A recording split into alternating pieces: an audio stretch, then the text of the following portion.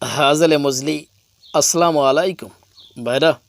সূরা লুকমান আয়াত নম্বর ৩০ আয়াতের ভিতরে আল্লাহ তাআলা বললেন, আল্লাহ সত্য এবং আল্লাহ ব্যতীত তারা যাদের পূজা করে সবই মিথ্যা। দেখেন, আল্লাহ তাআলা বললেন, আমার সংস্পর্শে আমার নৈকট্য অর্জন করার জন্য যারা কাজ করে তারা সঠিক রাস্তায় আছে। আমি আল্লাহ তাআলা আমাকে বাদ দিয়ে যাদেরকে ওরা পূজা করে উপাসনা করে সবই মিথ্যা। দেখেন বেরা, উপাসনা অর্থাৎ অংশীদার যদি আপনি আল্লাহ তাআলার সাথে করেন তাহলে কিন্তু আপনি শিরকের ভিতরে লিপ্ত হয়ে যাবেন।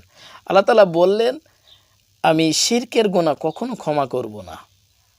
শিরক অবস্থায় যদি আপনি মৃত্যুবরণ করেন তাহলে কিন্তু আপনার জীবনে সব শেষ, লাইফ শেষ। কারণ কি, আল্লাহ তাআলার স্থানে আপনি আরেকজনকে নিয়ে আসতেছেন। বিভিন্ন ধর্মপেশার লোকেরা তারা বিভিন্ন ধরনের পূজা করে থাকে। দেবদেবীর পূজা করে থাকে, গাছের পূজা করে থাকে, নক্ষত্রের পূজা করে থাকে, গরুর পূজা, অর্থাৎ বিভিন্ন বিষয়ে তারা পূজা করে। কিন্তু এইগুলো আছে শিরকের ভিতরে তারা নিয়ে আসলো। দেখেন ভাইরা, আল্লাহ তাআলা প্রথমে বললেন যে আমি পূর্বে ছিলাম, বর্তমানে আছে, ভবিষ্যতেও থাকবো। আমি আল্লাহ তাআলা, আমার ক্ষয় নাই, বিরাজ নাই, ধ্বংস নাই।